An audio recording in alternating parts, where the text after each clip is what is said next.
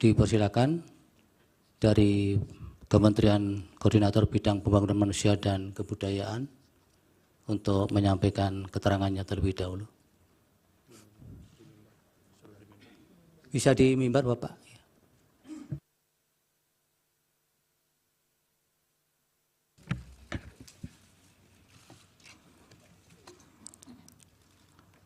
Assalamualaikum warahmatullahi wabarakatuh. Salam sejahtera untuk kita semua. Om Swastiastu, Namo Buddhaya, salam kebajikan. Keterangan Menteri Koordinator Bidang Pembangunan Manusia dan Kebudayaan pada sidang Mahkamah Konstitusi Jakarta 5 April 2024. Yang mulia Ketua dan anggota Majelis Hakim Mahkamah Konstitusi. Pada hari ini saya sebagai Menteri Koordinator Bidang Pembangunan Manusia dan Kebudayaan Republik Indonesia akan menyampaikan butir-butir penting berkenaan dengan program-program pemerintah, khususnya yang berkaitan dengan penanganan kemiskinan dan perlindungan sosial. Hal ini sesuai dengan tugas pokok dan fungsi Kementerian Koordinator Bidang Pembangunan Manusia dan Kebudayaan yang selanjutnya disebut Kemenko PMK dan yang mempunyai tugas penyelenggaraan koordinasi, sinkronisasi, dan pengendalian untuk urusan kementerian dalam penyelenggaraan pemerintahan di bidang pembangunan manusia dan kebudayaan berdasarkan Perpres nomor 35 tahun 2020 tentang Kementerian Koordinator Bidang Pembangunan Manusia dan Kebudayaan.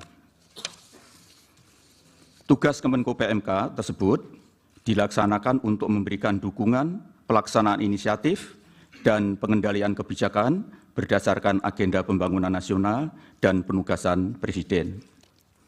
Sementara itu, fungsi dari Kemenko PMK diantaranya ialah 1. Melakukan koordinasi dan sinkronisasi perumusan, penetapan, dan pelaksanaan kebijakan kementerian dan lembaga. 2. Melakukan pengendalian pelaksanaan kebijakan kementerian atau lembaga. 3.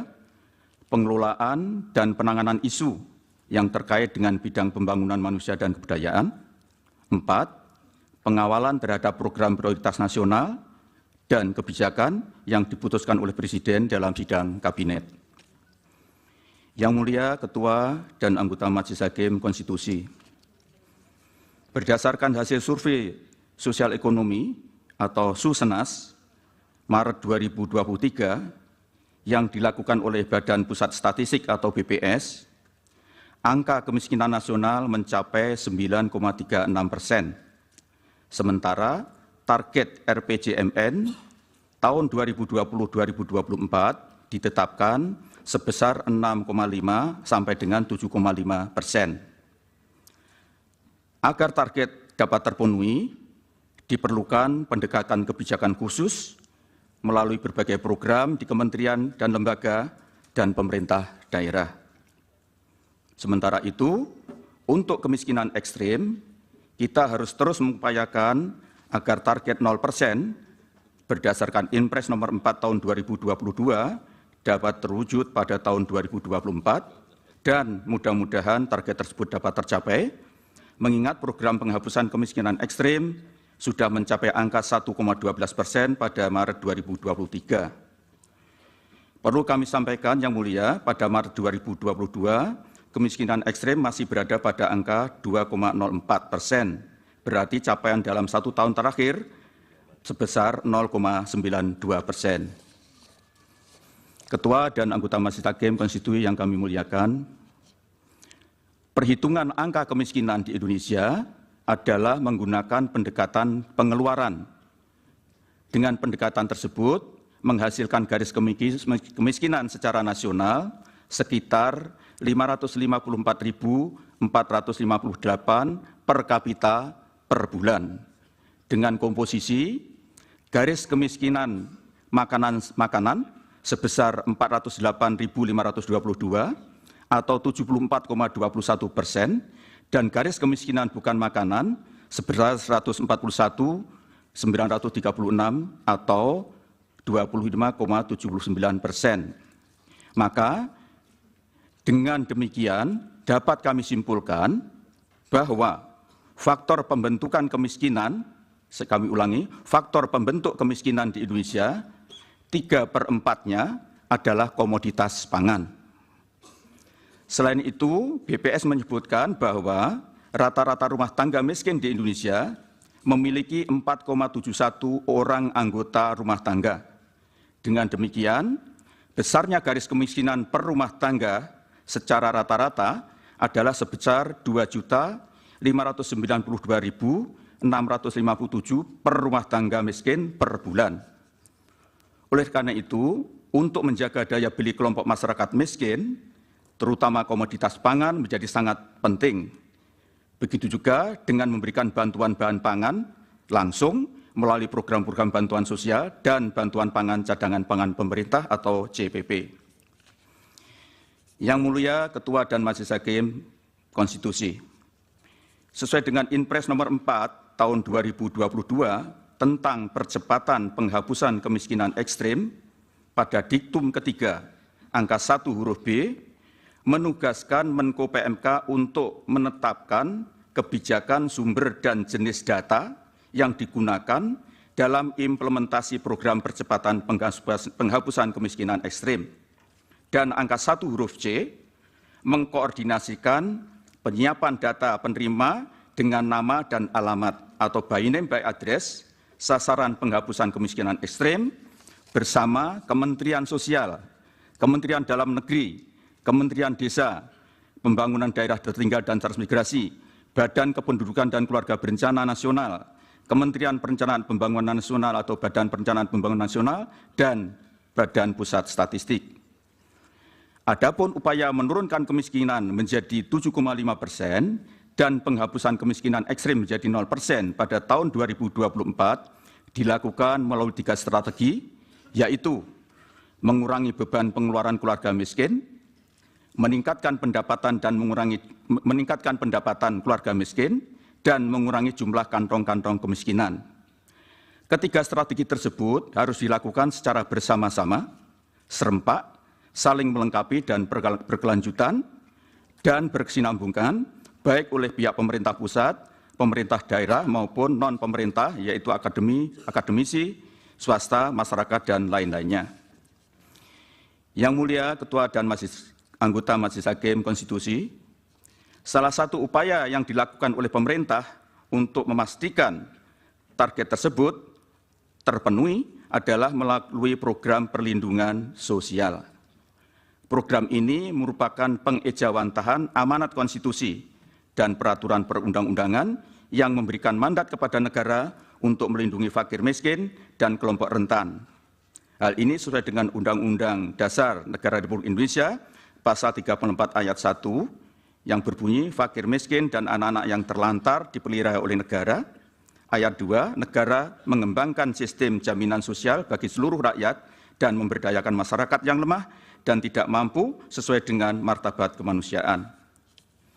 Program perlindungan sosial yang antara lain dimaksudkan untuk mengurangi beban pengeluaran, peningkatan pendapatan, dan penghapusan kantong-kantong kemiskinan telah mendapatkan persetujuan DPR RI dengan alokasi anggaran perlindungan sosial tahun 2024 sebesar 496,8 triliun yang tersebar di berbagai program dan pelaksanaannya oleh kementerian lembaga sesuai dengan fungsi dan tugas masing-masing.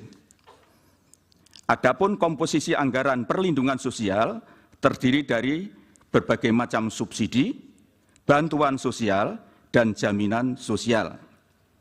1. Subsidi antara lain subsidi energi, yaitu BBM listrik dan LPG, subsidi pupuk, subsidi bunga kur, dan lain-lain. Yang 2, bantuan sosial antara lain berupa program Keluarga Harapan atau PKH, program sembako atau BPNT, asistensi rehabilitasi sosial atau atensi, Kartu Indonesia Pintar, dan Kartu Indonesia Pintar Kuliah. Yang ketiga, jaminan sosial, yaitu berupa bantuan iuran bagi peserta BPJS Kesehatan, yaitu penerima bantuan iuran PBI yang jumlahnya sekitar 98 juta jiwa. Program perlindungan sosial sebagaimana tersebut di atas dalam kaitannya dengan masalah kemiskinan dan kemiskinan ekstrem adalah dimaksudkan untuk mencegah terjadinya kenaikan angka kemiskinan sekaligus untuk mencapai target penurunan angka kemiskinan yaitu 7,5% serta penghapusan kemiskinan ekstrem 0% pada tahun 2024. Yang mulia Ketua dan anggota Majelis Hakim Konstitusi, terkait dengan program bantuan pangan beras cadangan pangan pemerintah atau CPP yang diberikan kepada masyarakat pada bulan Januari hingga Juni 2024 adalah merupakan program perpanjangan dari tahun 2023. Adapun tujuannya adalah untuk memitigasi risiko bencana El Nino dan untuk mempertahankan daya beli masyarakat, dikelola dan merupakan kewenangan Badan Pangan Nasional atau Bapanas.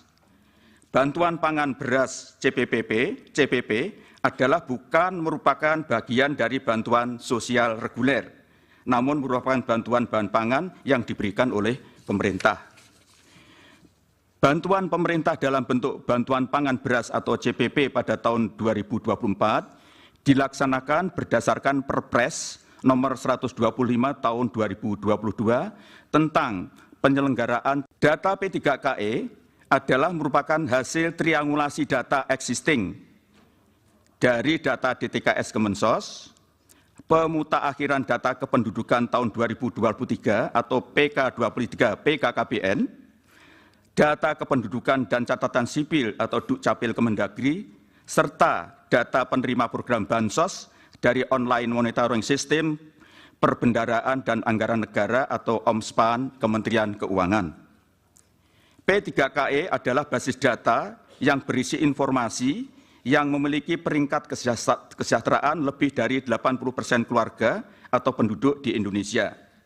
Data P3KE juga telah digunakan oleh 25 kementerian dan lembaga dan seluruh pemerintah daerah untuk berbagai program percepatan penghapusan kemiskinan ekstrem sesuai dengan Inpres nomor 4 tahun 2022 sebagaimana yang telah kami sebutkan di atas. Bantuan sosial dan bantuan pemerintah lainnya antara lain bantuan pangan beras CPP, bantuan pangan stunting adalah merupakan program pemerintah yang tidak dikhususkan pada satu kementerian tertentu dan memerlukan koordinasi lintas sektoral. Yang mulia Ketua dan anggota Majelis Hakim Konstitusi, selanjutnya mengenai keterlibatan kami dalam penyaluran bantuan sosial maupun penyaluran bantuan pangan beras CPP adalah sesuai dengan tugas Kemenko PMK yang diatur dalam Perpres nomor 35 tahun 2020, yaitu melakukan koordinasi, sinkronisasi, dan pengendalian penyelenggaraan pemerintahan di bidang pembangunan manusia dan kebudayaan, di mana bantuan sosial adalah merupakan bagian yang tak terpisahkan dari tugas pokok dan fungsi Kemenko PMK sesuai dengan Permenko PMK nomor 4 tahun 2020 tentang organisasi dan tata kerja Kemenko PMK. Pelaksanaan tugas tersebut dimaksudkan untuk memberikan dukungan pelaksanaan inisiatif dan pengendalian kebijakan berdasarkan agenda pembangunan nasional dan penugasan Presiden. Untuk keperluan tersebut di atas, kami melakukan berbagai kunjungan kerja guna memastikan bahwa pelaksanaan penyaluran bantuan sosial reguler maupun bantuan pangan beras CPP berlangsung sebagaimana yang diharapkan. Adapun pemilihan wilayah kunjungan kerja ditentukan melalui beberapa pertimbangan, di antaranya keadaan tingkat kemiskinan ekstrem, tingkat prevalensi dan angka stunting, faktor geografi dan demografi masyarakat, serta kondisi pelaksanaan bantuan sosial maupun bantuan pemerintah lainnya di lokasi tersebut, termasuk bagaimana inisiatif pemerintah daerah dalam melaksanakan strategi penanganan kemiskinan, serta masalah pembangunan manusia dan kebudayaan pada umumnya. Khusus dalam kaitannya dengan pemantauan bantuan pangan beras CPP, dilakukan untuk memastikan ketersediaan bahan pangan tersebut di gudang Bulog dan memastikan bantuan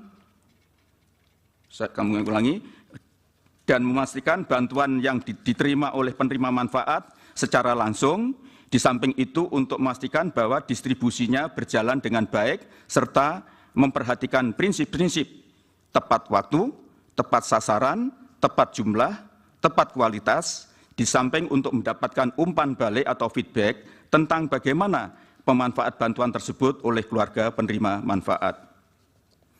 Yang mulia Ketua dan anggota Majelis Hakim Konstitusi, kami memahami apabila tugas dan fungsi kami untuk mengkoordinasikan, mensinkronkan, dan mengendalikan pelaksanaan program di lapangan kemudian dikait-kaitkan dengan pesta demokrasi beberapa waktu yang lalu. Namun perlu kami tegaskan bahwa pelaksanaan program-program tersebut di atas sudah direncanakan sejak awal untuk mencegah terjadinya kenaikan angka kemiskinan dan sekaligus untuk menurunkannya, serta menghapus kemiskinan ekstrem sebagaimana yang telah kami paparkan di atas. Adapun penyerahan bantuan pangan beras CPP di Kabupaten Lamongan yang kami lakukan dirangkaikan dengan kunjungan ke wilayah perkampungan nelayan di Kecamatan Brondong yang sekaligus untuk melakukan KSP, Koordinasi Sinkronisasi dan Pengendalian, Koordinasi Sinkronisasi dan Pengendalian dalam penanganan kantong kemiskinan nelayan di wilayah tersebut, yaitu penanganan masalah sanitasi dan pengerukan muara Sungai Lamong bersama ini berkoordinasi dengan Kementerian PUPR, ketersediaan bahan bakar untuk nelayan dengan PT Pertamina, serta pengerukan dermaga Tambat Labuh, pembangunan PABS dengan Kementerian KKP, dan pembangunan mercusuar dengan Kementerian Perhubungan. Yang semua itu terkait erat dengan tugas koordinasi, sinkronisasi, dan pengendalian oleh Kemenko PMK. Adapun Kabupaten Berau adalah termasuk salah satu kabupaten yang relatif baik dalam upaya pengentasan kemiskinan ekstrem. Oleh karena itu, perlu untuk dilakukan kunjungan kerja guna memastikan program-program pemerintah pusat dan program pemerintah daerah saling bersinergi sehingga dapat menjadi contoh bagi daerah lainnya. Dalam kunjungan tersebut di atas, kami memanfaatkan sekaligus untuk menyerahkan bantuan pangan beras secara simbolik, serta melakukan dialog dengan pemerintah daerah, stakeholder, keluarga stunting, serta keluarga miskin ekstrem untuk mendapatkan umpan balik atau feedback. Yang mulia, Ketua dan anggota Majelis Hakim Konstitusi, semua yang kami lakukan adalah dalam rangka koordinasi, sinkronisasi, dan pengendalian atau KSP terhadap apa yang telah diputuskan dalam rapat-rapat yang kami selenggarakan, yang perlu kami koordinasikan, sinkronisasikan, dan kendalikan lebih lanjut di lapangan. Demikian yang dapat kami sampaikan. Semoga Yang Mulia Ketua dan anggota Majelis Hakim Konstitusi berkenan. Atas perhatian dan perkenan Ketua dan anggota Majelis Hakim Konstitusi yang kami muliakan, kami ucapkan terima kasih. Wassalamualaikum warahmatullahi wabarakatuh. Waalaikumsalam. Dilanjut Pak Menko Bidang Perekonomian. Assalamualaikum warahmatullahi wabarakatuh. Waalaikumsalam. Yang mulia Ketua Majelis Hakim Mahkamah Konstitusi Bapak Suhartoyo, yang mulia anggota Majelis Hakim Mahkamah Konstitusi Bapak Saldi Isra, yang mulia anggota Hakim Mahkamah Konstitusi Bapak Arif Hidayat, yang mulia Majelis Hakim Mahkamah Konstitusi Bapak Ibu Eni Nurbaningsih, yang mulia anggota Majelis Hakim Mahkamah Konstitusi Bapak Daniel Yusmik Pancastaki, yang mulia Majelis Hakim Mahkamah Konstitusi Bapak Guntur Hamzah, yang mulia anggota Hakim Mahkamah Konstitusi Bapak Ridwan Mansur, yang mulia anggota Majelis Hakim Mahkamah Konstitusi Bapak Asrul Sani, yang mulia para terhormat para pemohon kuasa hukum, Bapak Ibu yang kami hormati. Izinkan kami membawa slide Pak Ketua. Silakan. Untuk dapat ditayangkan. Berkenan dengan undangan Mahkamah Konstitusi kepada kami untuk menyampaikan keterangan pada sidang perselisihan hasil pemilu Presiden dan Wakil Presiden tahun 2024 di Mahkamah Konstitusi. Perkenankan kami menyampaikan penjelasan dengan pelaksanaan program perlindungan sosial yang di dalamnya terdapat pelaksanaan bantuan sosial oleh pemerintahan Kabinet Indonesia Maju di bawah pimpinan Bapak Presiden Joko Widodo dan Wakil Presiden Bapak Ma'ruf Amin tahun 2019-2024. Kalau slide-nya mohon ditayangkan.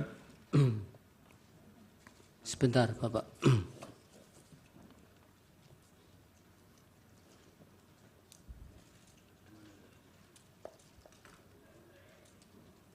Silakan. Ya. Perlindungan sosial itu adalah program pemerintah untuk melindungi masyarakat terhadap berbagai kerentanan yang merupakan pelaksanaan amanat konstitusi Pasal 34 Undang-Undang Dasar Negara Republik Indonesia tahun 1945 dan peraturan perundang-undangan yang terkait. Perlinsos pada masa kritis ditujukan untuk menjaga daya beli masyarakat, terutama masyarakat miskin dan rentan. Stop dulu, Pak Menteri. Mohon Tayangannya ada slide-nya ya. kendala ya. Ya.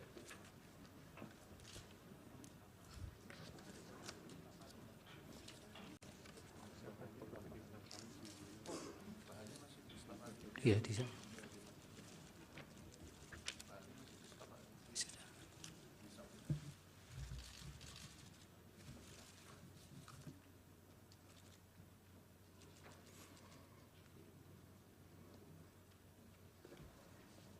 Iya, ini bahannya masih di staf Bapak ini, masih Sudah diserahkan Pak. diserahkan. Pak Itu Ketua masih di Majelis. set. Ya.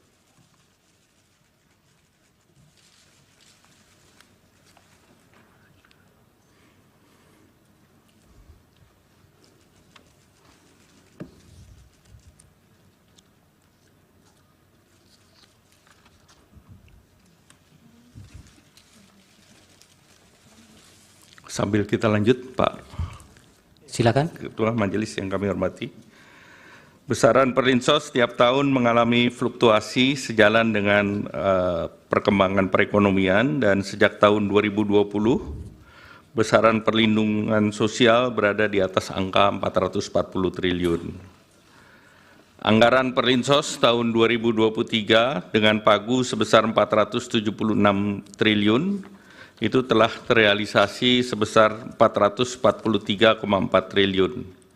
Sedangkan anggaran tahun 2024 ditetapkan dengan pagu sebesar 496,8 triliun, sebagaimana yang ditetapkan dalam Undang-Undang Nomor 19 Tahun 2023 tentang APBN tahun 2024. Kenaikan anggaran perlinsos pada tahun 2024 utamanya disumbang oleh kenaikan anggaran subsidi energi dan juga pergerakan nilai tukar rupiah.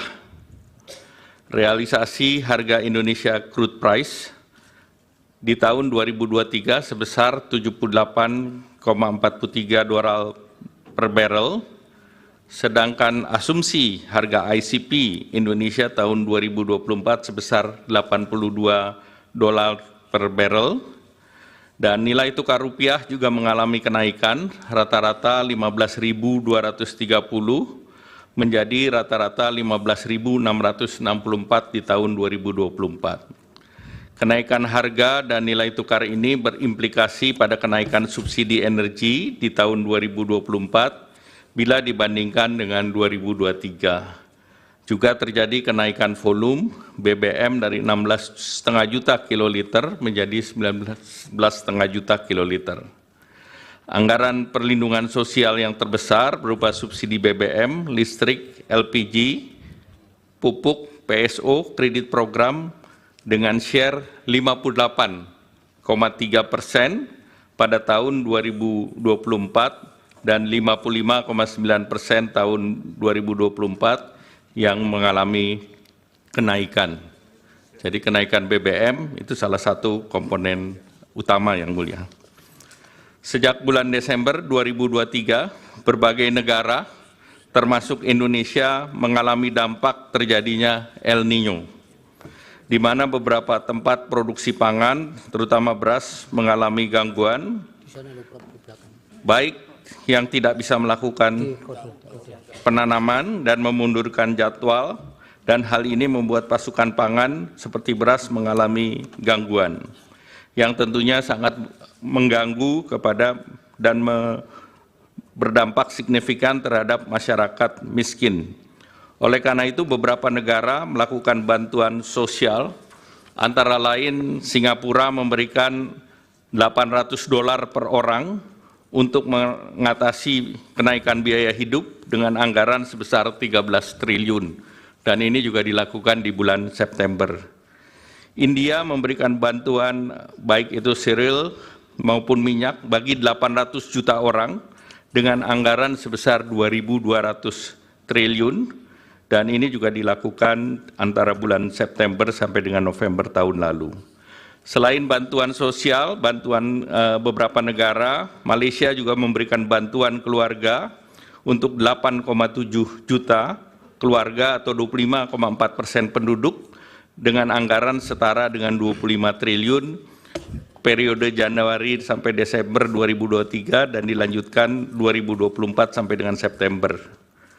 Filipina memberikan bantuan tunai untuk 2,3 juta petani, ini juga akibat El Nino, setara dengan 3,47 triliun pada bulan September 2023. Bantuan pangan di India itu 800 juta, 372 triliun, dan subsidi pupuk sebesar 25,5 miliar di tahun bulan November 2023 dan juga diberlakukan Januari 2024.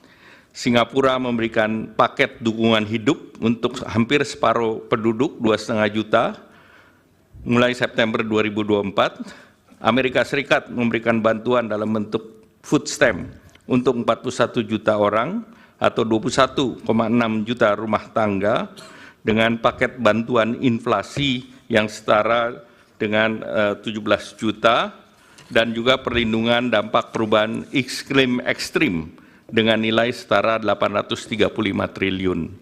Nah, bantuan sosial di Indonesia, misalnya bantuan pangan, itu diberikan kepada 22 juta orang atau 7,9% dari penduduk. Ini lebih rendah dari Malaysia yang 25,6%, Singapura 41,7%, dan India 55,6% dan Amerika 12,1%. Nah, pelaksanaan Perlinsos melalui bantuan sosial antara lain program pemerintah yang terdiri dari pertama bantuan sosial reguler, yang ke B adalah Perlinsos lainnya, dan C pada kondisi tertentu. Yang termasuk dalam bantuan sosial reguler adalah PKH, tadi sudah disampaikan oleh Pak Menko PMK. Ini merupakan program pemberian bantuan sosial kepada keluarga atau seseorang miskin dan rentan yang terdaftar di dalam data program penanganan fakir miskin, diolah oleh Pusat Data dan Informasi Kesejahteraan Sosial dan ditetapkan sebagai keluarga penerima manfaat ataupun PKH. Landasannya adalah Undang-Undang Nomor 40 Tahun 2004 tentang Sistem Jaminan Sosial Nasional, Undang-Undang Nomor 11 Tahun 2009 tentang Kesejahteraan Sosial, PP 39 Tahun 2012 tentang Penyelenggaraan Kesehatan Sosial, dan Peraturan Menteri Sosial Nomor 1 Tahun 2018 tentang Program Keluarga Harapan. Kartu sembako merupakan bantuan sosial pangan yang disalurkan secara non-tunai setiap bulan kepada keluarga penerima manfaat, landasan hukum Undang-Undang 11 2009, PP 39 Tahun 2012 tentang Penyelenggaraan Kesejahteraan Sosial, Perpres 63 Tahun 2017 tentang penyaluran bansos secara non-tunai, dan Permensos Nomor 4 Tahun 2023 tentang pelaksanaan program sembako. Program Indonesia Pintar merupakan bantuan berupa uang tunai, perluasan akses, kesempatan belajar dari pemerintah yang diberikan kepada peserta didik yang berasal dari keluarga miskin dan rentan miskin untuk membiayai pendidikan. Landasan hukum Inpres 7 Nomor Tahun 2014 tentang pelaksanaan program simpanan keluarga sejahtera, program Indonesia Pintar, program Indonesia Sehat untuk membangun keluarga produktif. Kartu Indonesia Pintar Kuliah ini adalah bantuan pendidikan dan pemerintah bagi lulusan SMA atau sederajat, memiliki potensi akademik baik dan memiliki keterbatasan ekonomi. Landasan hukum pasal 76 Undang-Undang 12 tahun 2012 tentang pendidikan tinggi. PBI Jaminan Kesehatan Nasional, ini adalah bantuan iuran kesehatan, diberikan kepada fakir miskin dan orang tidak mampu yang dibayarkan pemerintah kepada BPJS Kesehatan. Landasan hukum Undang-Undang 40 tahun 2004 tentang Sistem Jaminan Nasional dan Perpres 61 tahun 2020 tentang perubahan kedua atas Perpres 82 tentang jaminan kesehatan. Rincian program perlindungan sosial lainnya sebagai berikut. BLT Dana Desa, ini adalah bantuan kepada masyarakat desa yang bertujuan untuk menahan kenaikan tingkat kemiskinan dan menjaga tingkat konsumsi dan daya beli kelompok termiskin. Pemberian BLT dilakukan sekaligus untuk 4 bulan untuk efisiensi penyaluran. Landasan hukum Undang-Undang 6 tahun 2014 tentang desa sebagaimana diubah dalam Undang-Undang Cipta Kerja, Peraturan Pemerintah Nomor 37 Tahun 2023 tentang pengelolaan transfer ke daerah, Peraturan Menteri Keuangan 146 Tahun 2023 tentang pengalokasian dana desa di setiap desa, penyaluran dan penggunaan dana desa untuk tahun anggaran 2024. Pembiayaan ultramikro ini merupakan program tahap lanjutan dari bantuan sosial untuk menjadi kemandirian usaha, menyasar usaha mikro yang berada di lapisan terbawah yang belum difasilitasi dengan perbankan melalui program kredit usaha rakyat. Landasan hukum Kementerian Keuangan tahun nomor 193 PMK 05 2020 tentang pembiayaan ultramikro. Subsidi energi dan non-energi termasuk di dalamnya BBM, LPG 3 kilo, listrik, bunga kur, PSO lainnya, dan ini adalah upaya pemerintah dalam rangka meningkatkan taraf hidup dan daya beli masyarakat secara umum. Pos ini memiliki nilai anggaran terbesar sebagaimana tadi telah dijelaskan sebelumnya. Di tahun 2024 ini mencapai 277 triliun. Kemudian jaminan kehilangan pekerjaan adalah iuran yang ditanggung pemerintah untuk jaminan sosial bagi pekerja atau buruh yang mengalami pemutusan hubungan kerja. Landasan hukum PP 37 tahun 2021 tentang penyelenggaraan program jaminan kehilangan pekerjaan. Bapak Ketua Majelis dan anggota yang kami hormati, program perlindungan sosial pada kondisi tertentu adalah sebagai berikut. Di masa pandemi COVID, beberapa perlinsos antara lain bansos sembako PPKM, bantuan subsidi upah, sesuai dengan Permenaker nomor 14 tahun 2020 tentang pemberian bantuan pemerintah berupa subsidi gaji upah, pekerja buruh dalam masa COVID-19, bantuan usaha pelaku mikro sesuai Permenkop UKM nomor 6 tahun 2020. Kemudian juga terjadi saat kenaikan harga komoditas global, pada saat harga minyak naik di tahun 2022, pemerintah mengambil keputusan untuk mengalihkan sebagian subsidi BBM menjadi BLT BBM dengan landasan hukum Peraturan Presiden Nomor 98 Tahun 2022 dan perubahan APBN tahun 2022, dan kebijakan ini sebagai kompensasi harga Pertalite yang naik dari 7.650 menjadi 10.000 pada tahun 2022 dan dibayarkan secara sekaligus untuk 4 bulan.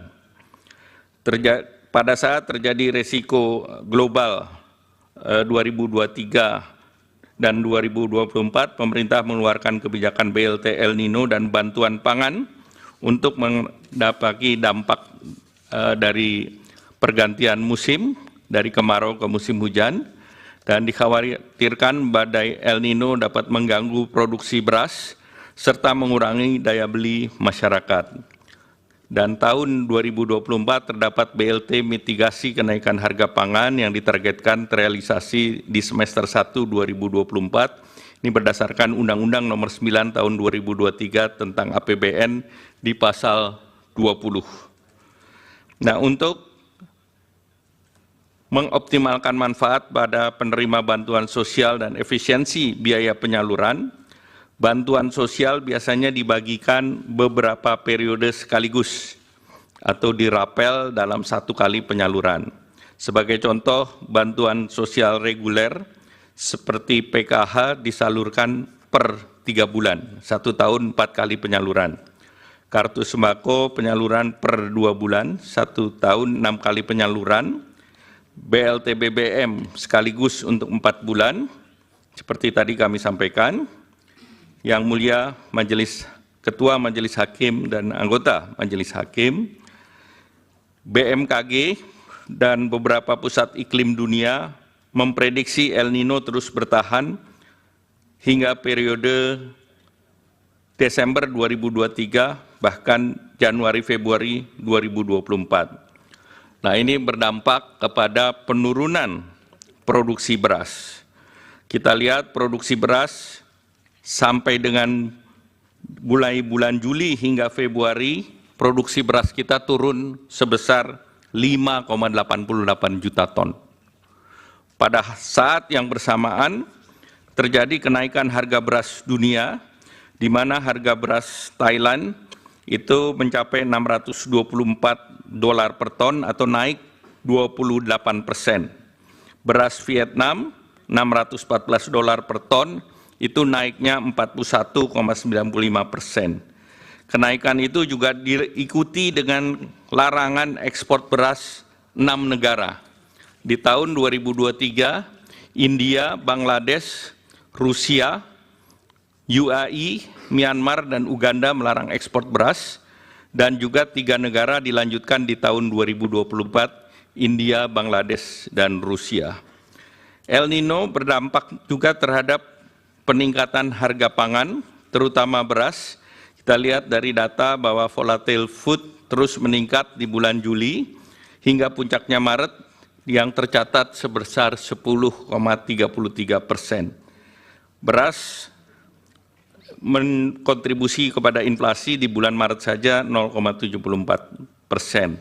Jadi pada periode El Nino tersebut produksi padi menurun, harga beras internasional meningkat, dan inflasi meningkat. Nah, itulah salah satu pertimbangan ada bansos terkait dengan El Nino dan juga bantuan pangan. Dari berbagai latar di atas, maka dibutuhkan bantuan sosial untuk menjaga daya beli masyarakat, dan ini adalah amanat konstitusi pasal 34 Undang-Undang Dasar 1945, di mana bansos untuk mengisi dan memitigasi peningkatan kemiskinan dan potensi perlambatan pertumbuhan ekonomi. Kita ketahui penduduk miskin sangat rentan terhadap kenaikan harga, khususnya terhadap kelompok makanan. Dari desil 1 sampai 4 atau 40% penduduk, 25%-nya adalah untuk membeli bahan makanan pokok ataupun beras. Secara nasional, komponen makanan terhadap garis kemiskinan adalah 74,21%. Hubungan konsumsi masyarakat terhadap pertumbuhan ekonomi sangat erat. Konsumsi rumah tangga kontribusinya terhadap PDB sebesar 53,83%. Sehingga apabila ada konsumsi rumah tangga melambat, maka pertumbuhan ekonomi pun akan terganggu. Untuk melindungi masyarakat miskin dan rentan akibat El Nino dan gangguan rantai pasok global, pemerintah telah menerapkan strategi untuk menjaga ketersediaan pasokan pangan dan daya beli masyarakat dengan program bantuan pangan dan bantuan langsung tunai. Untuk pelaksanaan bantuan pangan dilakukan oleh Badan Pangan Nasional sesuai dengan Undang-Undang Nomor 18 Tahun 2012 tentang Pangan dan Peraturan Presiden Nomor 66 Tahun 2021 tentang Badan Pangan Nasional. Pada tahun 2023, pemerintah meluncurkan bantuan pangan berupa 10 kilo beras menyasar kepada 21,3 juta KPM, penerima PKH atau sembako berdasarkan DTKS dengan realisasi anggaran sebesar 18,1 triliun, dan penyelenggaraan program ini adalah Bappenas. Setelah itu juga BLT El Nino dengan 200.000 per bulan dengan 18,8 juta KPM, dan ini realisasi 7,5 triliun yang diselenggarakan oleh Kementerian Sosial. Untuk di tahun 2024, pemerintah melaksanakan program bantuan pangan berupa beras 10 kg menyasar 22 juta KTM dengan data P3KE seperti tadi disampaikan oleh Pak Menko PMK dengan alokasi anggaran 17,4 triliun. Selain itu juga BLT mitigasi risiko pangan, KPM-nya adalah 18,8 dan bantuannya sebesar 200.000 per bulan. Sebagai penutup, Yang Mulia Pak Ketua Majelis Mahkamah Konstitusi dan anggota Majelis Mahkamah Konstitusi, kami ingin menegaskan beberapa hal. Yang pertama, program perlindungan sosial adalah upaya pemerintah untuk mendukung masyarakat menghadapi berbagai tekanan, mempertahankan kehidupan dan penghidupan. Oleh karena itu, program perlindungan sosial terus berjalan dan dilaksanakan secara reguler. Untuk menghadapi berbagai kerentanan, tekanan ekonomi, pemerintah memberikan perlindungan sosial untuk menjaga daya beli masyarakat yang terdampak, terutama masyarakat miskin dan rentan. Oleh karena itu, pemerintah mencermati bahwa tahun 2023-2024, resiko daripada El Nino yang menyebabkan kenaikan harga pangan ini dapat mengganggu penghidupan masyarakat yang miskin maupun rentan. Bahwa penetapan pelaksanaan program perlindungan sosial dilakukan secara transparan, akuntabel, dengan mekanisme APBN yang pembahasannya telah dilakukan bersama DPR RI dan melibatkan berbagai pihak terkait lainnya. Demikian keterangan ini atas perkenan dan perhatian Yang Mulia Ketua Hakim Majelis Mahkamah Konstitusi dan anggota Yang Mulia Hakim Mahkamah Konstitusi, kami mengucapkan terima kasih. Wassalamualaikum warahmatullahi wabarakatuh. Waalaikumsalam. Terima kasih Pak Menko Perekonomian. Dilanjut untuk selanjutnya Ibu Menteri Keuangan.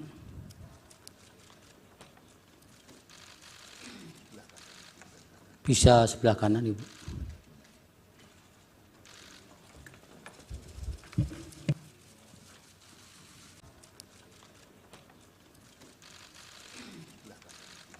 Bisa sebelah kanan Ibu.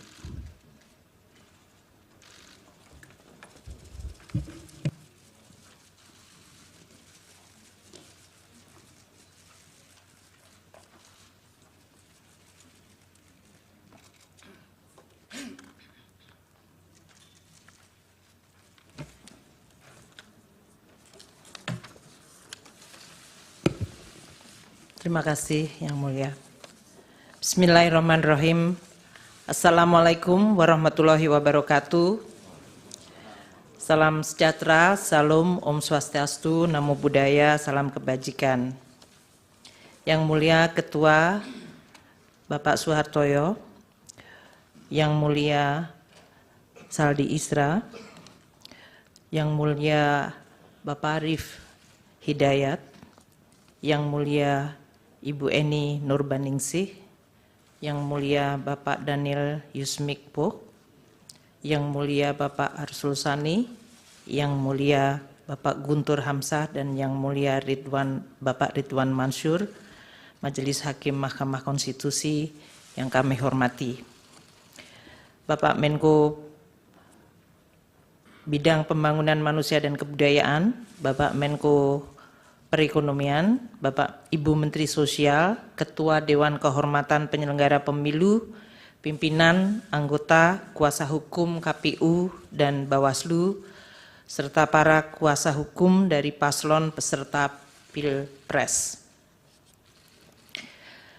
Sehubungan dengan permintaan Mahkamah Konstitusi kepada Menteri Keuangan untuk dapat memberikan keterangan dalam persidangan perselisihan hasil pemilihan umum atau PHPU Presiden dan Wakil Presiden tahun 2024, perkenankanlah kami menyampaikan keterangan terkait dengan alokasi dan penyaluran anggaran perlindungan sosial sesuai dengan tugas dan fungsi Menteri Keuangan.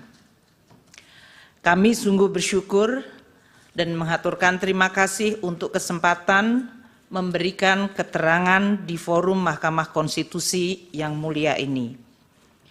Anggaran pendapatan dan belanja negara atau APBN adalah instrumen penting dan strategis serta penentu untuk mencapai cita-cita bernegara, dan oleh karenanya harus dikelola dan dijalankan dengan penuh tanggung jawab, dengan tata kelola yang baik, transparan, dan akuntabel.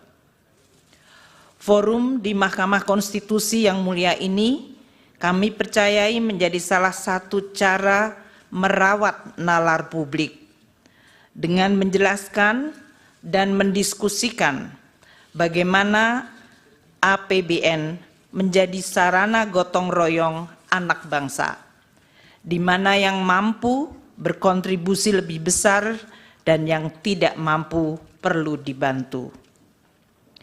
Melalui belanja publik termasuk subsidi, bansos, dan jaminan sosial, negara hadir menjalankan mandat merawat kehidupan bersama yang diharapkan menuju kesejahteraan yang berkeadilan.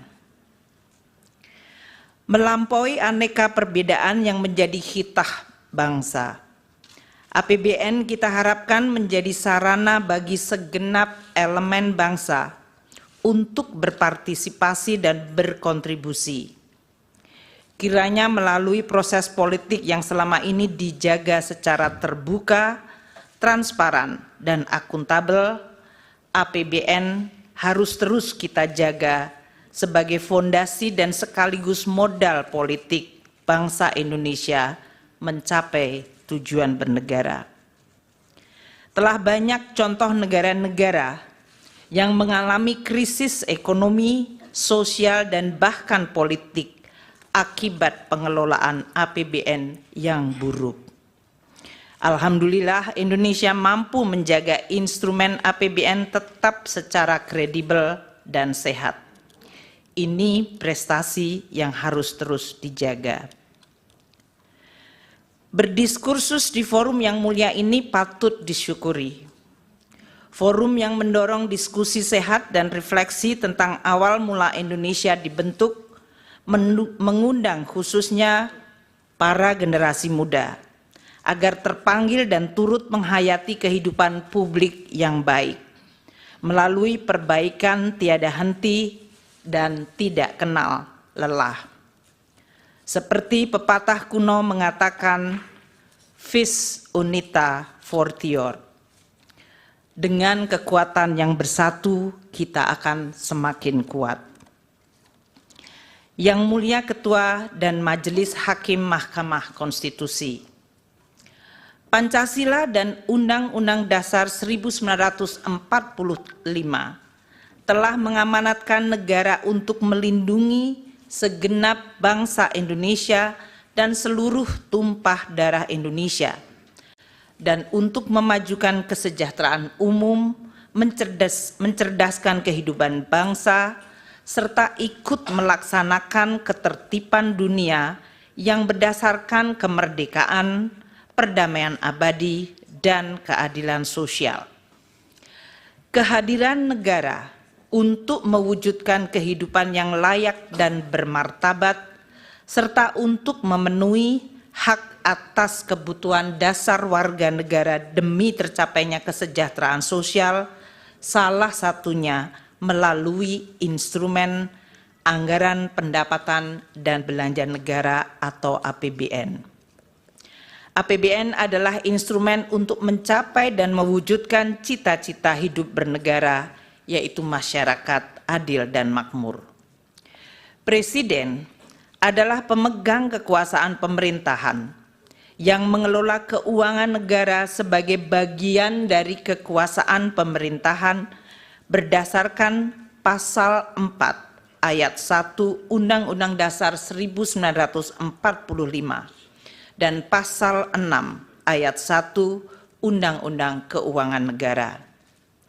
Dalam menjalankan kewenangan tersebut, Presiden mengajukan rancangan anggaran pendapatan dan belanja negara atau RAPBN kepada Dewan Perwakilan Rakyat atau DPR untuk dibahas bersama dan untuk mendapat persetujuan DPR menjadi Undang-Undang APBN. APBN merupakan wujud pengelolaan keuangan negara yang ditetapkan setiap tahun dengan undang-undang dan dilaksanakan secara terbuka dan bertanggung jawab untuk sebesar-besarnya kemakmuran rakyat. APBN terdiri atas anggaran pendapatan, anggaran belanja, dan pembiayaan. Adapun rincian atas APBN ditetapkan melalui peraturan Presiden yang digunakan sebagai pedoman di dalam pelaksanaan APBN. APBN menjalankan fungsi alokasi, yaitu menciptakan perekonomian yang efisien dengan melakukan koreksi atas kegagalan mekanisme pasar atau market failure, dan menyediakan barang publik seperti infrastruktur keamanan termasuk peradilan. APBN juga menjalankan fungsi distribusi untuk menciptakan pemerataan pendapatan antar kelompok rumah tangga dan antar daerah. Selain itu, APBN juga menjalankan fungsi stabilisasi untuk menjaga perekonomian dari guncangan akibat ketidakpastian ekonomi global, pengelolaan inflasi, stabilitas harga, dan sebagai shock absorber melindungi daya beli masyarakat, terutama yang berpendapatan rendah. Anggaran belanja dirinci menurut organisasi, fungsi, jenis, dan program belanja. Belanja berdasarkan fungsi terdiri dari 11 fungsi, dari mulai fungsi pertahanan, ketertiban, keamanan, kesehatan, pendidikan, perlindungan lingkungan hidup, perumahan, hingga fungsi ekonomi dan fungsi perlindungan sosial. Anggaran perlindungan sosial terdapat pada berbagai kementerian lembaga, di Bendahara Umum Negara atau BUN, dan di pemerintahan daerah, Pemda, termasuk desa melalui transfer ke daerah atau TKD. Yang Mulia Ketua dan Majelis Hakim Mahkamah Konstitusi, dalam penjelasan pasal 8 ayat 2, huruf A, angka 4, Undang-Undang APBN 2024, yaitu Undang-Undang nomor 19 tahun 2023, fungsi ekonomi diartikan sebagai belanja pemerintah pusat yang berdaya guna dalam mendorong pertumbuhan ekonomi dan menjaga daya beli masyarakat di bidang perdagangan, termasuk pengembangan usaha koperasi dan usaha mikro kecil menengah atau UMKM, ketenagakerjaan, pertanian, kehutanan, kelautan, dan perikanan, bahan bakar dan energi, pertambangan, industri, konstruksi, transportasi, serta telekomunikasi dan informatika. Kehutanan, kelautan, dan perikanan, bahan bakar dan energi, pertambangan, industri, konstruksi, transportasi, serta telekomunikasi dan informatika. Lebih lanjut, penjelasan dalam pasal 8 ayat 2 huruf A angka 11 Undang-Undang APBN 2024, fungsi perlindungan sosial merupakan belanja pemerintah pusat yang berdaya guna dalam memberikan pelayanan sosial, jaminan sosial, pemberdayaan sosial, penyuluhan sosial, dan bantuan sosial serta perlinsos lainnya untuk melindungi masyarakat dari kemungkinan terjadinya risiko sosial.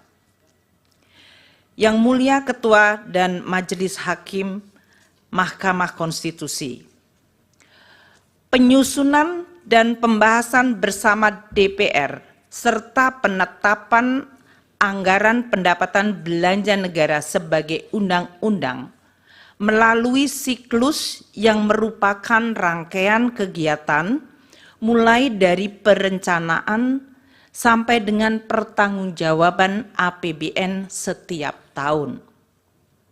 Kami akan memberikan ilustrasi penyusunan APBN tahun 2024 ini. Siklus penyusunan dimulai sejak tahun sebelumnya, yaitu tahun 2023, dengan tahapan sebagai berikut. Tahap perencanaan dan penganggaran RAPBN 2024 dijadwalkan pada periode Januari hingga Juli 2023, mencakup penyiapan konsep kerangka ekonomi makro, pokok-pokok kebijakan fiskal atau KEM PPKF, dan rencana kerja pemerintah RKP, dan perencanaan kegiatan serta pagu anggaran oleh kementerian dan lembaga. DPR yang terdiri dari seluruh fraksi partai politik membahas KEM PPKF dan RKP 2024 pada bulan Mei 2023. Presiden menyampaikan nota keuangan dan RUU APBN 2024 kepada DPR pada sidang paripurna tanggal 16 Agustus 2023. Tahap pembahasan RAPBN untuk 2024 terjadi pada periode Agustus hingga Oktober 2023, di mana RUU APBN 2024 telah dapat diselesaikan dibahas antara pemerintah dan DPR dan mendapat persetujuan pada rapat paripurna DPR pada tanggal 21 September 2023. Tahap penetapan Undang-Undang APBN yang dijadwalkan paling lambat akhir Oktober terjadi di mana Undang-Undang APBN 2024 yaitu Undang-Undang 19 tahun 2023 ditetapkan pada tanggal 16 Oktober 2023. Selanjutnya, Peraturan Presiden Rincian APBN yang dijadwalkan November-Desember telah selesai ditetapkan pada tanggal 28 November. Tahap pelaksanaan APBN pada tahun berjalan yang diawali dengan disahkan dokumen pelaksanaan anggaran dan dilanjutkan dengan pencatatan serta pelaporan per semester. Tahap pemeriksaan dan pertanggungjawaban Undang-Undang APBN 2024 dijadwalkan pada tahun 2025 atau T+1, di mana BPK akan melakukan pemeriksaan terhadap LKPP yang disusun pemerintah untuk selanjutnya dibahas dan disetujui DPR menjadi Undang-Undang Pertanggungjawaban Pelaksanaan APBN. Kami menjelaskan ini untuk kemudian disandingkan proses lini masa penyusunan APBN tahun anggaran 2024 yang telah selesai pada tanggal 21 September 2023 dan diundangkan tanggal 16 Oktober 2023. Apabila lini masa penyusunan APBN 2024 disandingkan dengan proses tahapan pemilihan Presiden dan Wakil Presiden tahun 2024 yang dilakukan oleh KPU, waktu penetapan Undang-Undang APBN 2024 telah selesai bahkan sebelum waktu penetapan pasangan calon presiden dan wakil presiden pada tanggal 13 November 2023, atau bahkan penetapan Undang-Undang APBN. Yang Mulia Ketua dan Majelis Hakim Mahkamah Konstitusi, APBN adalah instrumen penting untuk menjaga masyarakat, negara, dan perekonomian agar mampu menghadapi berbagai dinamika perekonomian global, nasional, dan juga menjawab tantangan zaman untuk mendukung berbagai agenda pembangunan secara optimal. APBN harus didesain secara antisipatif, responsif, dan mampu adaptif di dalam menghadapi berbagai kondisi dan guncangan. Pemerintah dan DPR sepakat untuk menggunakan APBN sebagai instrumen kebijakan kontra siklus atau counter cyclical yang sangat penting. Misalnya pada saat terjadi guncangan hebat dan dahsyat akibat pandemi COVID-19. APBN telah berperan luar biasa secara efektif melakukan penanganan COVID-19 serta dampaknya melalui program pemulihan ekonomi nasional atau PCPEN. APBN juga bekerja sangat keras untuk menjaga momentum pemulihan ekonomi khususnya dalam penanganan dampak lanjutan atau scarring effect yang timbul akibat dari pandemi 19. Penyusunan APBN 2024 juga tetap menghadapi berbagai tantangan ketidakpastian perekonomian global seperti inflasi dan suku bunga tinggi di negara-negara maju, juga persaingan geopolitik, khususnya eskalasi perang Rusia dan Ukraina, dan proteksionisme yang meningkat, yang menyebabkan terganggunya rantai pasok pangan dan energi. Selain itu, terdapat tantangan domestik berupa peningkatan investasi yang harus terus dilakukan. Dampak dari El Nino dan cuaca buruk di berbagai daerah telah mengancam ketahanan pangan dan kesejahteraan masyarakat. Dengan mempertimbangkan berbagai kondisi di atas, pemerintah bersama DPR sepakat bahwa APBN 2024 harus optimis namun tetap waspada terhadap dinamika yang terjadi. Tema kebijakan fiskal tahun 2024 diarahkan untuk mempercepat transformasi ekonomi yang inklusif dan berkelanjutan. Yang Mulia Ketua dan Majelis Hakim Mahkamah Konstitusi, izinkan kami sekarang membahas khusus mengenai Perlinsos. Dengan tema APBN 2024, kebijakan APBN 2024 dalam jangka pendek difokuskan untuk melakukan pengendalian inflasi dalam bentuk stabilitas harga, penghapusan kemiskinan ekstrim, penurunan prevalensi stunting, dan peningkatan investasi. Untuk melaksanakan tema dan arah kebijakan fiskal tersebut, APBN 2024 dirancang sebagai shock absorber untuk melindungi daya beli rakyat dan menjaga stabilitas ekonomi antara lain melalui program perlindungan sosial. Postur APBN 2024 dengan total belanja mencapai 3.325,1 triliun.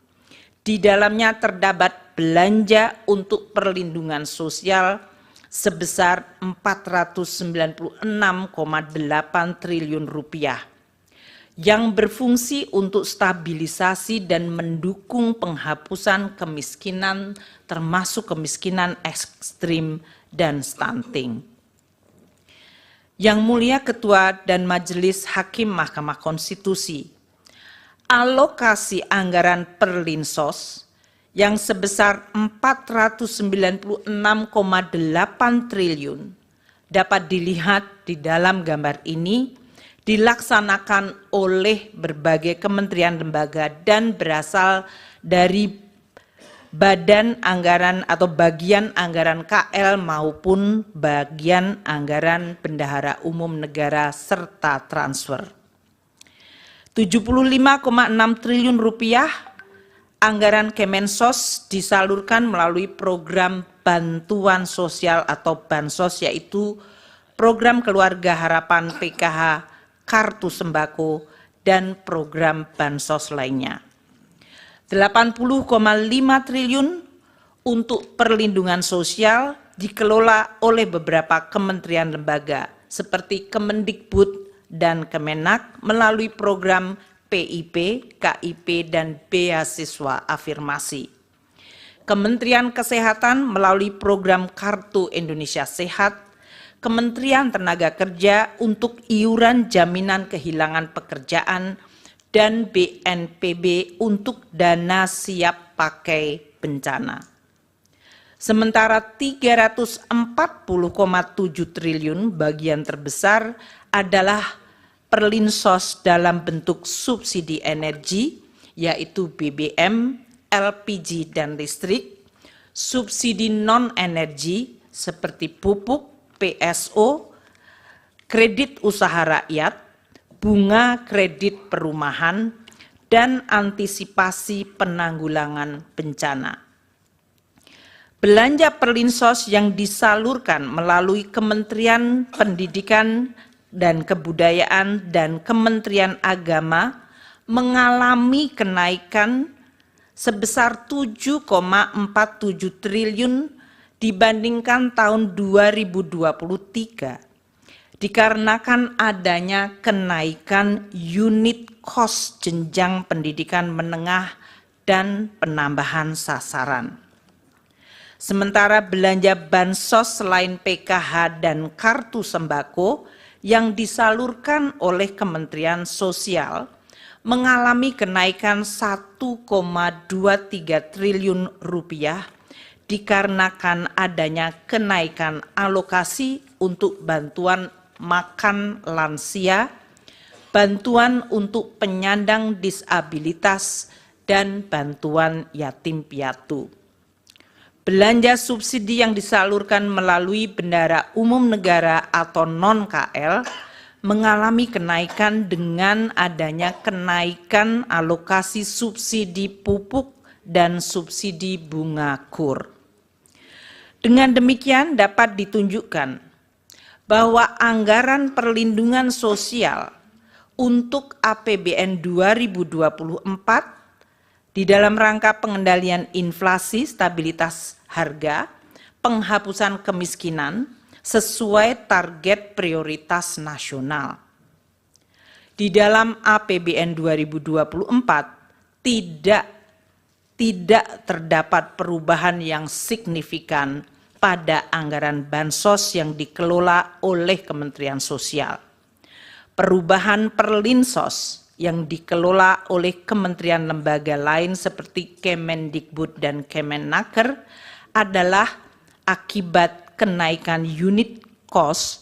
Realisasi penggunaan anggaran perlinsos sampai dengan Februari 2024 yang dalam hal ini dianggap sesuai dengan lini masa pemilu Capres dan Cawapres serta pemilihan legislasi pada Februari. Realisasi bansos mencapai sebesar 12,8 triliun sampai dengan Februari 2024. Untuk penyaluran program Keluarga Harapan bagi 10 juta keluarga penerima manfaat dan kartu sembako bagi 18,7 juta keluarga penerima manfaat. Realisasi subsidi dan belanja lainnya mencapai 15,3 triliun rupiah dan realisasi perlinsos lainnya 9,8 triliun. Apabila dilihat pada chart tersebut, realisasi anggaran perlinsos dan bansos dari Kemensos 6 tahun terakhir, yaitu dari 2019 hingga 2024, periode yang sama Januari hingga Februari, tidak terdapat perbedaan pola realisasi belanja perlinsos, kecuali pada tahun 2023, yaitu tahun lalu, di mana perbedaan signifikan adalah pada realisasi Bansos Kemensos yang cukup rendah pada 2 bulan pertama dikarenakan adanya penataan kembali kerjasama antara Kemensos dengan perbankan.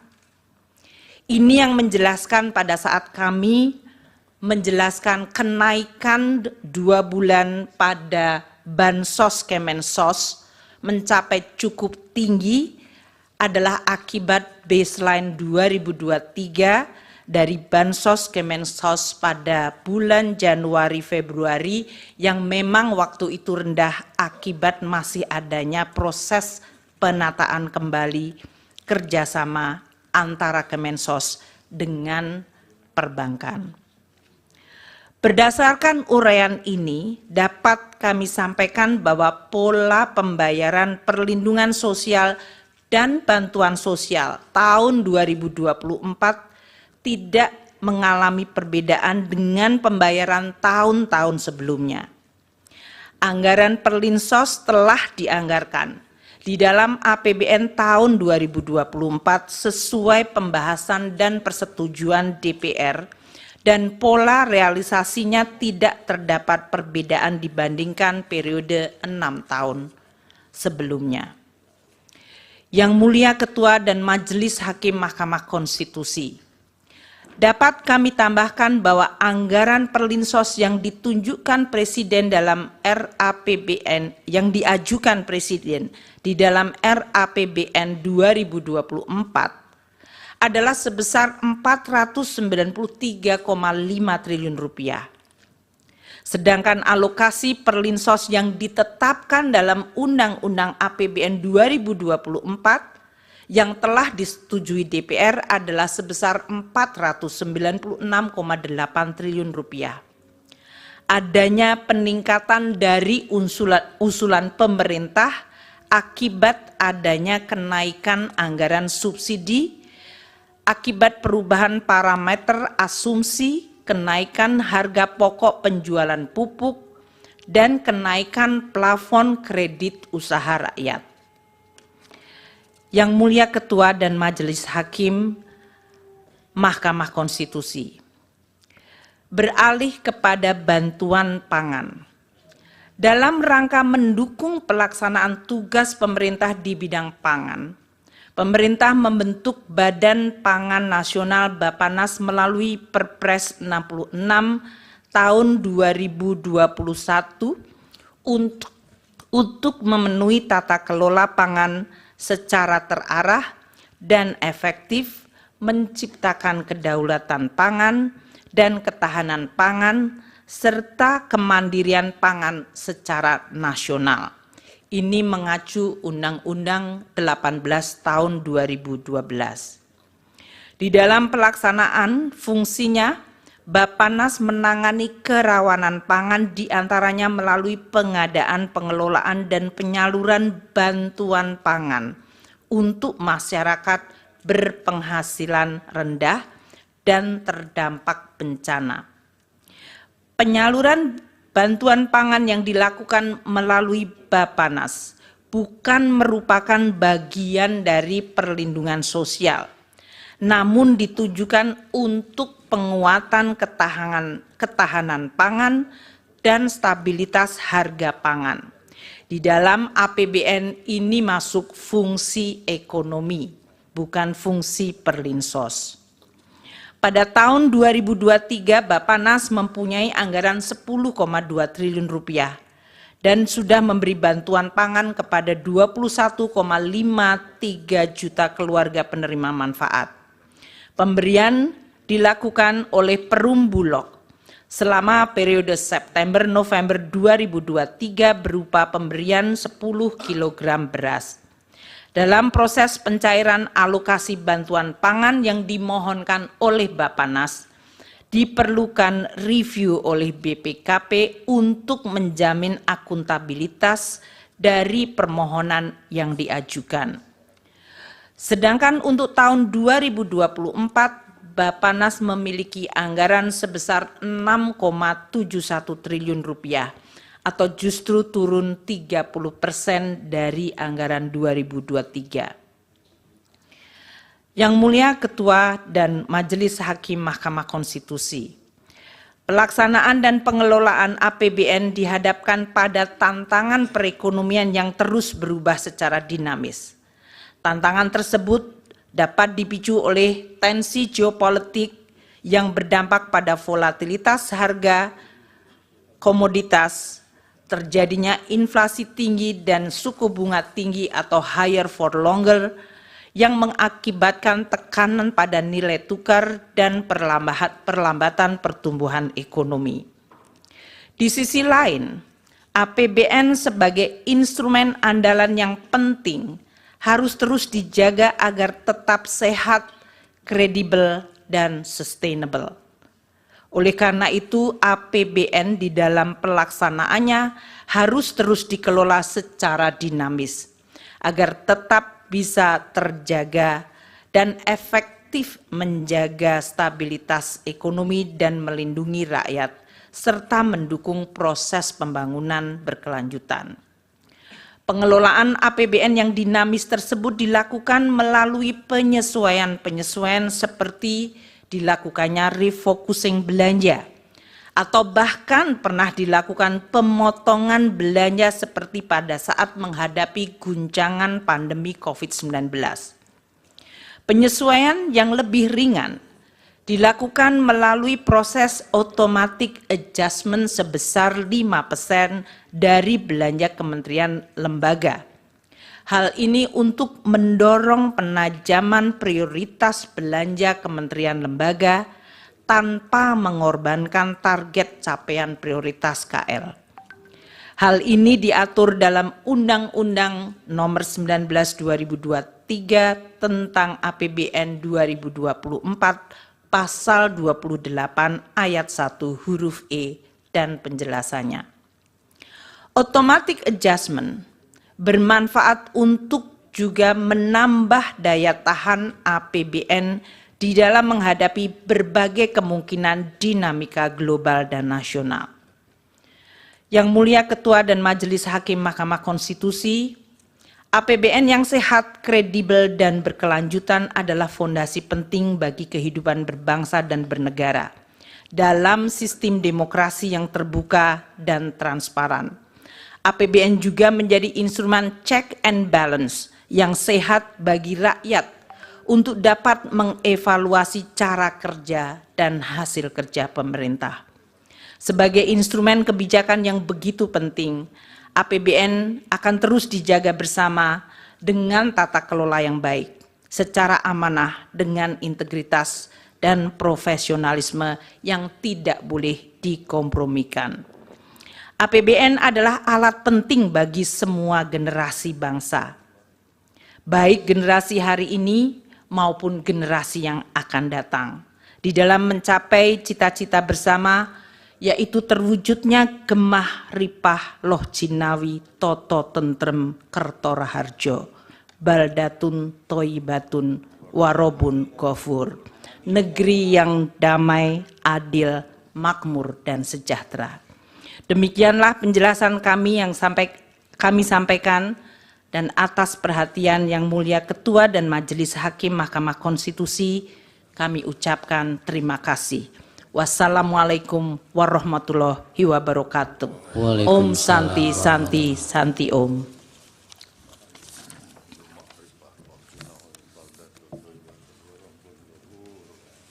Baik, terima kasih Bu Menteri Keuangan. Bismillahirrahmanirrahim. Assalamualaikum warahmatullahi wabarakatuh. Selamat pagi, salam sejahtera bagi kita semua. Shalom. Om Swastiastu, Namo Buddhaya, salam kebajikan, Rahayu. Yang Mulia Ketua Bapak Soehartoyo, Yang Mulia Bapak Saldi Isra, Yang Mulia Bapak Arif Hidayat, Yang Mulia Ibu Eni Nurbaningsih, Yang Mulia Bapak Daniel Yusmik Peko, dan Yang Mulia Bapak Guntur Hamzah, Yang Mulia Bapak Ridwan Mansur, dan Bapak Ibu sekalian, Bapak Menko PMK dan Menko Perekonomian, Ibu Menteri Keuangan, tadi sudah dijelaskan banyak tentang kebijakan anggaran. Kami langsung menjelaskan tentang program-program yang kami lakukan di Kementerian Sosial. Yang mulia para hakim, kami ingin menyampaikan bahwa tahun anggaran Mahkamah tahun anggaran 2023 anggaran Kementerian Sosial sebesar 87 triliun 275 miliar 374.140.000 rupiah. Anggaran tersebut dilaksanakan melalui program perlindungan sosial sebesar 86 triliun 100 miliar 271.705.000 atau 98,65%. Ini adalah bagian dari program yang tadi dijelaskan oleh Bapak-Bapak sebelumnya dan Bapak Ibu sebelumnya sebesar 496 triliun dari perlindungan sosial. Kemudian program dukungan manajemen sebesar 1 triliun 175 miliar 102.435.000 rupiah atau 1,35%. Dengan penjelasan bahwa anggaran berbelanja, belanja pegawai 438 miliar 438,17 miliar atau 0,50%. Belanja barang 3 triliun 353 triliun 3,84%. Belanja modal 167 miliar 167,22 miliar atau 0,19%. Belanja bantuan sosial 83 triliun 316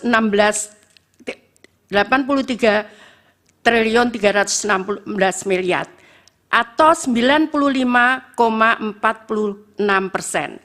Ini berbeda kalau kami sampaikan di perlindungan sosial kenapa 86 triliun 100 miliar itu yang belanja bansos itu adalah belanja bansos reguler untuk tahun 2023 meliputi PKH dan bantuan pangan non tunai serta bantuan BLT El Nino di 2023. Sedangkan untuk sisanya perlindungan sosial itu ada bantuan atensi, ada permakanan untuk lansia yang tidak ada keluarga, dan permakanan untuk disabilitas serta untuk anak yatim. Dan kebetulan pada tahun 2023 itu ada untuk anak gagal ginjal akut. Kami akan menjelaskan setelahnya. Pada tahun anggaran 2024, Kementerian Sosial anggaran dari 2023 sebesar 87 triliun 275 miliar itu turun menjadi 79 triliun 214 miliar 83.464.000. Penjelasannya adalah anggaran per program perlindungan sosial 78 triliun 54 miliar 196.767.000 rupiah atau 98,54% itu belanja bantuan sosial di sebelahnya yang berwarna kuning 75 triliun 61 triliun 95,46% itu di luar bantuan El Nino.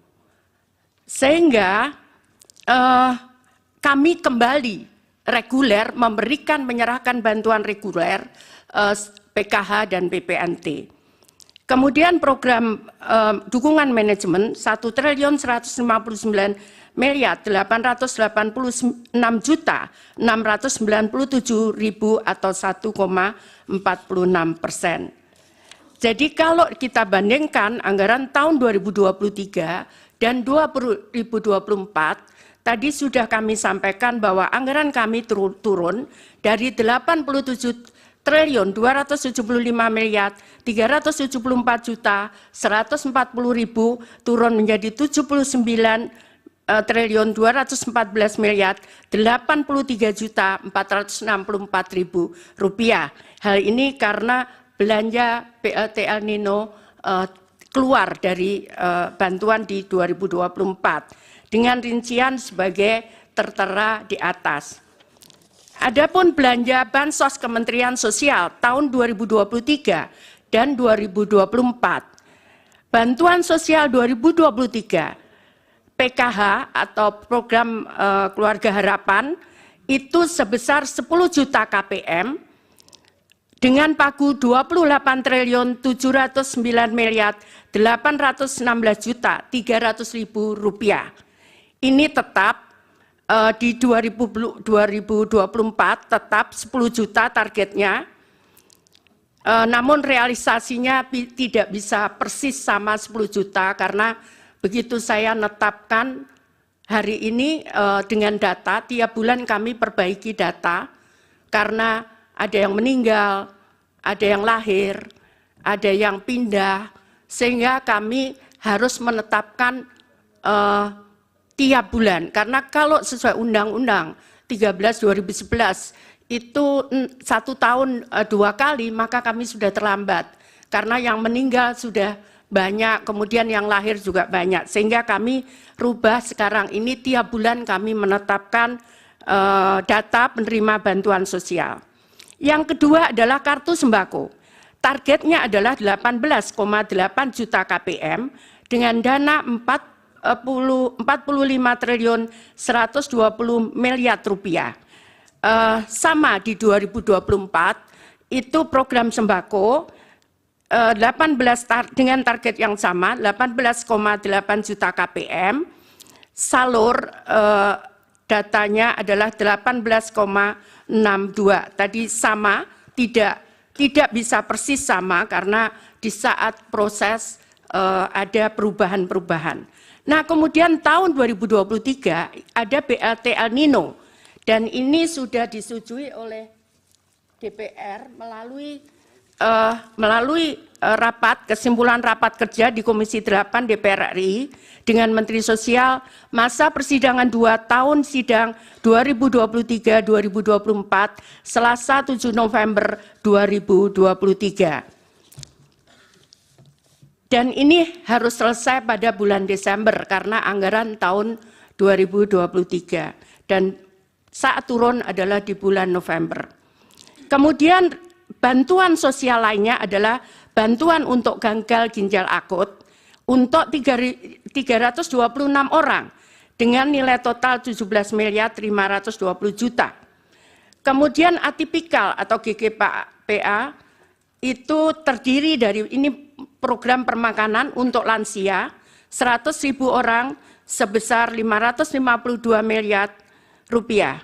Kemudian permakanan untuk disabilitas ini polanya adalah diserahkan kepada kelompok masyarakat, bisa RW tergantung wilayahnya. Kalau jumlah penduduknya sedikit bisa di kelurahan, dikelola oleh masyarakat, mereka yang memasakkan dan setiap hari mereka menyerahkan kepada penerima manfaat. Kemudian untuk rehabilitasi sosial, jadi atensi untuk anak yatim piatu sebesar 378.755 orang atau 454.506.000.000. Kemudian atensi untuk lansia, ini terutama untuk menolong lansia-lansia yang tiba-tiba sakit, tidak ada yang merawat, maka kami tangani dengan program ini. Kemudian atensi untuk anak, demikian pula untuk anak, ada kadang harus menutup biaya sekolah, kadang juga menutup kebutuhan gizi dan sebagainya. Kemudian atensi untuk penyandang disabilitas, ini bantuan kursi roda dan sebagainya. Kemudian atensi untuk korban bencana, jadi kami memberikan bantuan korban bencana untuk meninggal sebesar 15 juta. Kemudian atensi untuk kelompok rentan dan alat bantu aksesibilitas untuk penyandang disabilitas serta Untuk atensi korban penyalahgunaan nafsa dan ODIF sebesar 10.000 orang dengan nilai 1.706.250.000. Kemudian pemberdayaan komunitas adat terpencil itu yang berada di terdepan perbatasan negara, kemudian terpencil di tengah hutan sebesar 2.847 KK atau setara dengan 50.860 juta rupiah. Kemudian rumah sederhana terpadu atau perbaikan perumahan untuk 7.500 KPM ini di 2023. Untuk 2024 target volumenya hampir sama. Hanya tidak ada untuk El Nino, tidak ada gagal ginjal akut. Namun ini ada beberapa, tadi sudah saya sampaikan, ini baru beberapa 6 bulan, jadi untuk permakanan sudah saya sampaikan ke Bu Menkyu. Jadi total anggaran adalah di 2024 75 triliun 616 miliar, sedangkan realisasi 25 triliun 340 miliar rupiah atau 33,61%. Jadi Bapak yang mulia perlu kami sampaikan bahwa kami memberikan itu memang tidak boleh terlambat, karena kalau orang miskin itu dia bisa survive, kadang 1 bulan mereka tidak bisa memakan sampai 1 bulan, makanya kadang kartunya ada yang digadekan untuk menyambung sisa hidup mereka. Sehingga kami sangat disiplin, tidak boleh terlambat untuk menyalurkan. Kemudian kalau kami bisa jelaskan, bansos sembako dan PKH. Ini adalah, jadi untuk PKH murni, jadi yang murni nerima hanya 1 bantuan PKH, karena boleh di aturannya mereka boleh menerima 2. Ini terutama yang kondisinya berat, di situ ada disabilitas di dalam keluarga itu, ada kemudian atau mereka anak yatim, itu mereka bisa menerima 2 bantuan. Nah, untuk PKH murni itu ada 2.553.000 penerima manfaat atau KPM. Kemudian ada irisan yang tadi kami jelaskan, ada 2, dia menerima PKH dan mereka menerima sembako, itu 7.426.249 KPM. Kemudian yang sembako murni, mereka menerima 11 juta, jadi hanya menerima sembako saja, 11.373.751 KPM. Dengan targetnya 18 juta, jadi karena kena irisan sehingga hanya 11 ditambah 7 juta ini. Totalnya adalah 21.353.000 keluarga penerima manfaat. Kemudian proses penyaluran bansos. Karena kami dasarkan pada Perpres nomor 63 tahun 2017 tentang penyaluran bantuan sosial secara non-tunai pasal 3, bahwa kami menyampaikan ke Kementerian Keuangan untuk proses permintaan pembayaran. Melalui rekening Kemenkyu kemudian menyalurkan kepada rekening penyalur, ini ada Bank Himbara dan ada PT Pos. Kenapa kita pilih PT Pos? Karena proses di bank itu membutuhkan waktu 3 bulan. Untuk mulai mereka buka rekening, kemudian sehingga mereka punya rekening dibutuhkan waktu 3 bulan. Sehingga untuk yang tadi kami sampaikan, kalau dia meninggal, kemudian harus diganti istrinya atau anaknya, itu mereka tidak bisa kemudian off, kita berhenti. Kalau meninggal bukan tiba-tiba serta-merta dia menjadi kaya. Karena itu kemudian itu yang baru-baru pengganti itu kita salurkan lewat PT Pos. Ini kesepakatan dengan Wakil Menteri BUMN karena bank tidak bisa menerbitkan di bawah 2 juta, di bawah 3 bulan. Kemudian langsung masuk ke rekening KPM. Jadi bukan kita serahkan, masuk ke rekening KPM. KPM bisa ngambil di bank, di ATM. KPM bisa ngambil di saat penyaluran, tapi tetap masuk di rekening KPM. Jadi ini bukan kita berikan uang cash langsung. Tidak bisa seperti itu karena kami dasarnya adalah Perpres nomor 63 tahun 2017. Jadi langsung ke rekening, kemudian dia bisa mengambil, bisa lewat ATM, bisa lewat, ini kami sangat bermanfaat karena di beberapa daerah terpencil, kadang mereka tidak ada ATM di sana, tidak ada bank di sana. Sehingga PT Pos yang menyalurkan mereka datang ke tempat tersebut, tapi masuk ke rekening itu, ke rekening KPM. Demikian kira-kira Bapak yang mulia, Bapak Ibu dan para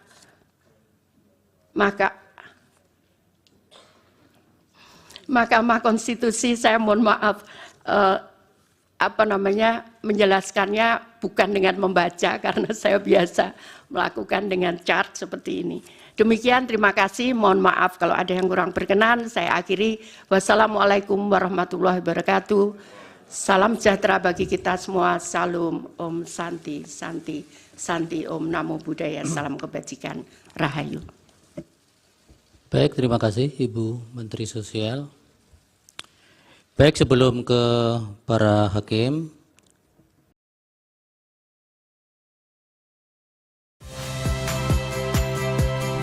saya Rahmat Ibrahim. Saksikan program-program Kompas TV melalui siaran digital, pay TV, dan media streaming lainnya. Kompas TV, independen, terpercaya.